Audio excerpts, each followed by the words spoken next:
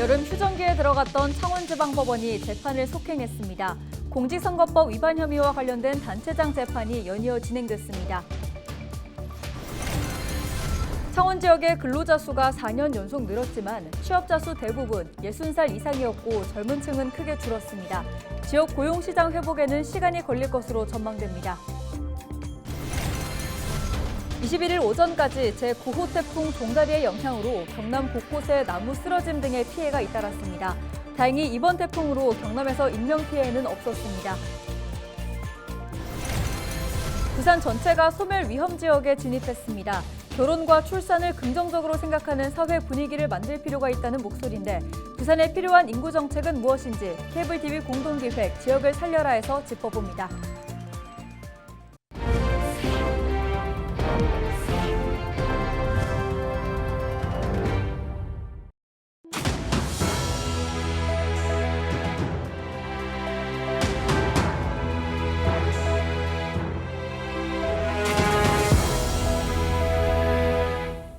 시청자 여러분 안녕하십니까? 헬로티비 경남 뉴스입니다. 여름 휴전기에 들어갔던 창원지방법원이 재판을 속행해 경남 지역 주요 사건 재판도 속행되고 있습니다. 지난 16일 공직선거법 위반 혐의로 재판에 넘겨진 홍남표 창원시장의 공판이 재개됐고 21일 오태환 의령군수의 선거법 위반 혐의 1심 선고도 진행됐습니다. 네, 자세한 이야기 보도국 연결해서 알아보겠습니다. 전주현 기자. 먼저 오늘 진행된 재판 소식부터 짚어보겠습니다. 오태환 의령군수의 공직선거법 위반 혐의 1심 선고가 있었다고요? 네, 21일 오전 창원지법 마산지원 형사 1부로 진행된 오태환 의령군수에 대한 1심 선고 공판에서 재판부는 무죄를 선고했습니다. 오 군수는 지난 2022년 3월부터 5월 사이 자신의 홍보 담당자 A씨에게 4차례에 걸쳐 900만 원을 제공하고 그 대가로 지방선거 관련 문자 메시지를 보내게 한 혐의로 재판에 넘겨졌는데요. 이번 사건은 검찰이 증거 불충분으로 오 군수를 불기소 처분했으나 부산고법 창원재판부가 재정 신청을 인용하면서 재판이 열리게 됐습니다. 검찰은 홍보 담당자 A씨가 900만 원 중 홍보비로 450만 원을 사용하는 과정에서 오 군수의 허락이 있었다고 주장하며 징역 1년을 구형했습니다. 하지만 재판부는 일정 금액이 인출되고 송금되는 것을 알지 못한 것은 이례적이고 의심이 드는 부분은 있지만 여러 가능성을 배제할 수 없다고 판단했는데요. 또 문자메시지 발송에 대한 사실관계가 인정된다고 하더라도 발송 업체에 전달한 것은 선거법상 제공에 해당한다고 보기 어렵다고 결론지었습니다. 선고 공판을 마치고 나온 오태환 의령군수의 이야기 들어보시죠. 실체적 진실을 명확하게 살펴봐 주신 재판부에 경의를 표합니다. 발전을 위해서 더욱더 열심히 노력하겠습니다. 오 군수는 선거법 위반 혐의 외에도 지난 2021년 여성 기자를 강제 추행한 혐의로 재판에 넘겨지면서 오는 10월 17일 또 한 번 재판장에 서게 됩니다. 네, 앞서 검찰이 불기소 처분을 내린 재판이었는데요.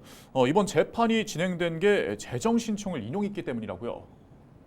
네, 재정 신청을 인용한다는 것 자체가 상급기관인 고등법원이 재판을 진행하는 하급기관인 지방법원에 사건을 살펴보라는 의미인데요. 당초 검찰은 증거 불충분을 이유로 불기소 처분했지만 고발인 측인 경남선거관리위원회가 재정 신청을 하면서 재판이 열렸습니다. 오 군수는 1심에서 결국 무죄 판결을 받았습니다.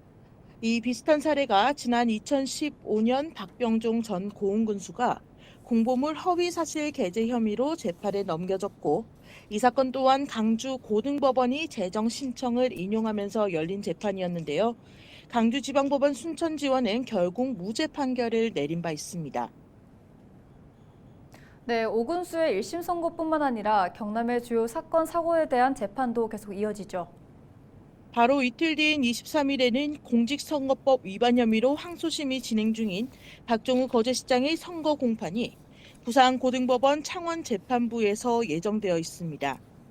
그 밖에도 정치자금법 위반 혐의로 기소된 하영재 전 국회의원과 송도군 전 사천시장에 대한 1심 선고 공판은 오는 29일 창원지법 진주지원에서 열립니다. 사회적 이슈가 컸던 주요 사건 사고에 대한 공판도 잇따라 열리는데요.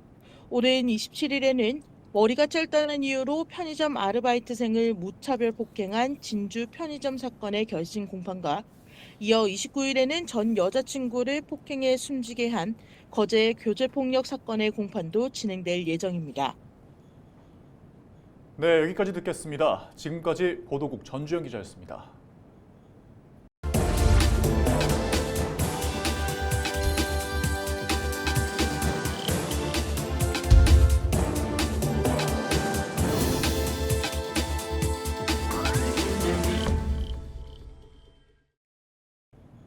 케이블 TV 공동기획 지역을 살려라 시간입니다. 부산 전체가 소멸 위험 지역에 진입했습니다. 결혼과 출산을 긍정적으로 생각하는 사회 분위기를 만들 필요가 있다는 목소리가 나오고 있는데요.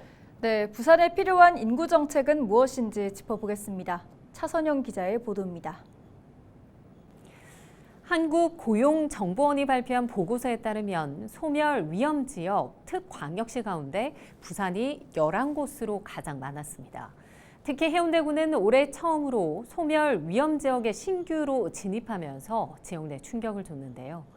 전국에서 가장 높은 고층 건물이 밀집한 대표적 부촌인 우동과 중동, 대단지 아파트가 밀집한 좌동 역시 상황은 크게 다르지 않습니다. 이 지역 역시 소멸 주의 단계에 진입한 것으로 나타났는데요. 이런 상황은 해운대구 인구 감소 추이를 통해서도 확인됩니다. 2012년 인구 42만 8천여 명으로 정점을 찍은 이후 10년 뒤인 2021년 40만 명 아래로 내려온 이후 올해 38만 448명으로 감소세입니다. 해운대구는 어떤 대안을 내놨을까요? 결혼과 출산 장려를 위한 이색 정책 살펴봤습니다. 해운대 동백섬 누리마루의 에이펙 하우스입니다. 지난 5월 의사와 공기업 직원 등 다양한 직업을 가진 청춘 남녀 40명이 한자리에 모였습니다. 해운대에 사는 청춘 남녀 인연을 지자체에서 직접 찾아주기 위해 나선 겁니다.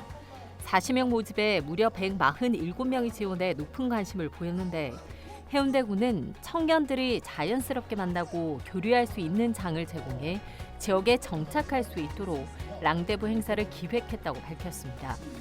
이색 결혼 장려 프로그램인 해운대 랑데부 행사에 이어 오션뷰 임신부 힐링 체험 프로그램도 등장했습니다. 출산을 장려하고 지역 내 출산 친화 환경을 조성하기 위한 해운대구의 이색적인 출산 지원 정책 중 하나입니다. 요즘 MZ 트렌드, 임산부님들의 그 트렌드에 맞춰가지고 사진도 찍으시고 이런 그 밝고 이렇게 좀 아기자기한 이런 곳에서 그 소품 같은 걸 만들어 가면서 이날 하루에 그 임신 스트레스나 육아 스트레스를 그 날리고 가실 수 있도록 저희가 그 이제 좀 독창적으로 준비를 해봤습니다. 해운대 바다 풍경이 한눈에 들어오는 공간을 지자체에서 직접 빌려 임신부들이 문화체험과 함께 휴식을 취할 수 있도록 준비한 겁니다. 해운대구 아가맘센터에 임산부로 등록을 하니까 이런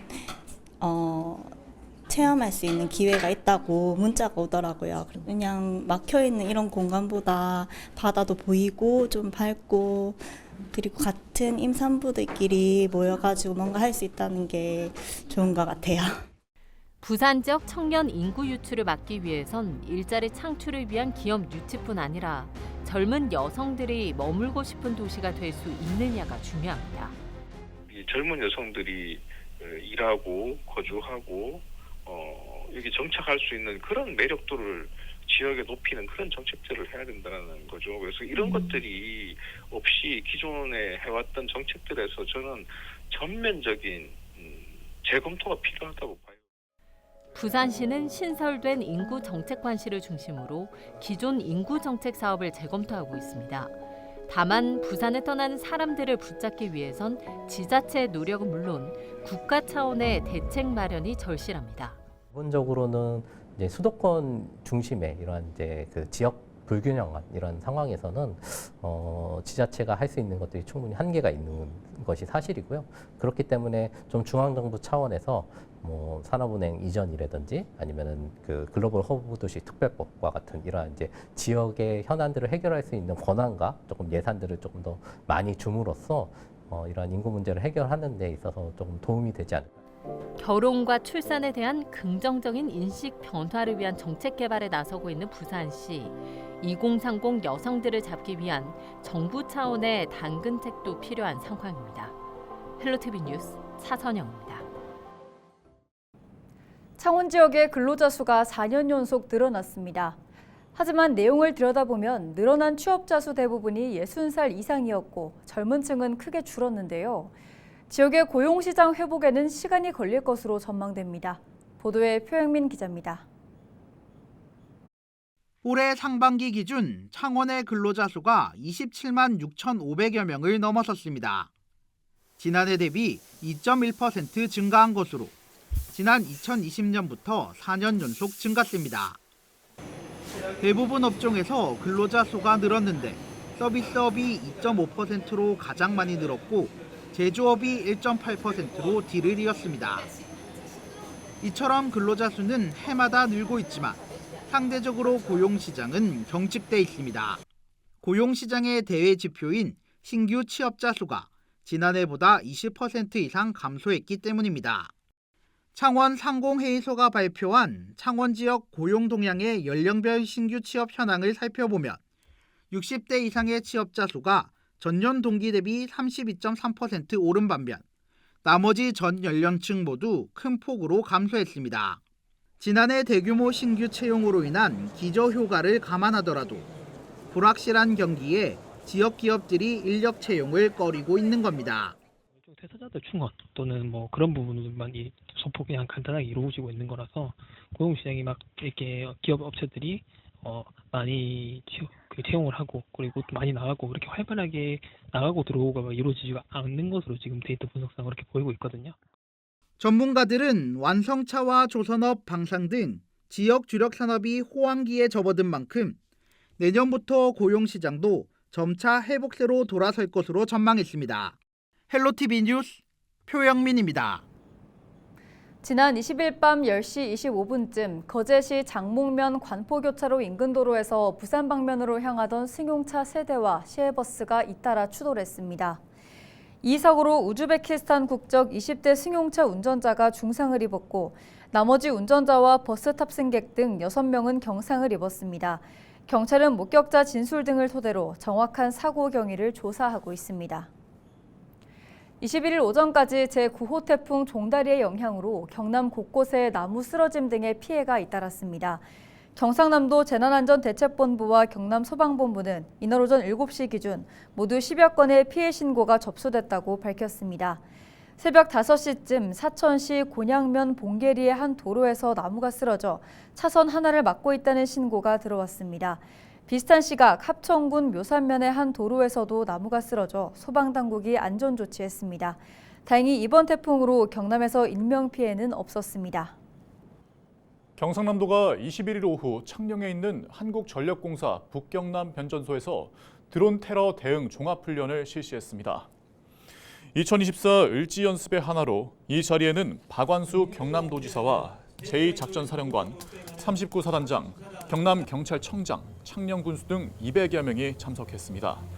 드론을 격추시키는 장비인 재민건 차량과 소방 헬기, 장갑차 등 장비 30여 대가 투입됐습니다. 훈련은 국가 중요시설에 드론 폭발물 테러가 발생했을 때를 가정해 실시됐습니다. 군과 경찰의 합동으로 초동 조치하고 민관, 소방이 인명구조와 화재 진압을 하는 등 내용으로 진행됐습니다.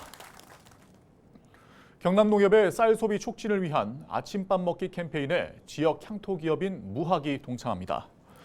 무학은 21일 경남농협 1층에서 주요 생산품인 좋은데이에 아침밥 먹기 캠페인 라벨이 들어간 제품 500만 병을 출시하는 기념행사를 열었습니다. 경남농협과 무학은 앞서 지난 1일 쌀 소비 촉진 행사의 하나로 아침밥 먹기 캠페인 협약을 체결했습니다. 최재호 무학 회장은 다양한 가치를 지닌 우리 쌀 소비를 위해 범국민 아침밥 먹기 운동에 적극 참여하겠다고 전했습니다. 이상으로 뉴스를 마칩니다. 함께해 주신 여러분 고맙습니다.